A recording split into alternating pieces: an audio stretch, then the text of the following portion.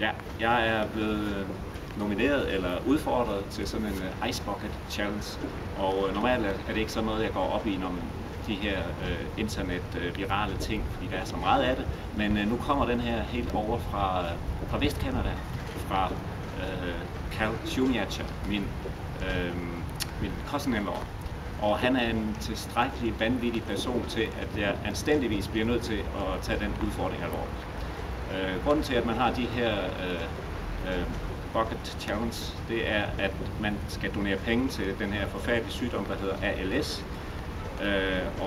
Det er en rigtig god idé at gøre det, men jeg vil egentlig gerne udvide muligheden til også at give til andre, til forskning i andre sygdomme, eller til andre godgørende organisationer, som for eksempel Røde Kors, Flygtningehjælp, eller sådan nogle af den slags. Så det er frit for de udfordrede til at finde ud af, hvem de vil bidrage til. Og hvem skal så udfordres?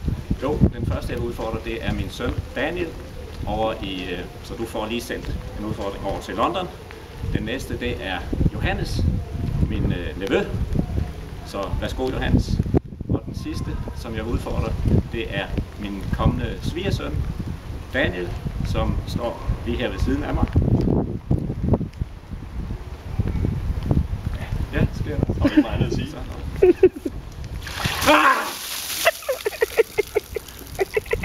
Husk at donere.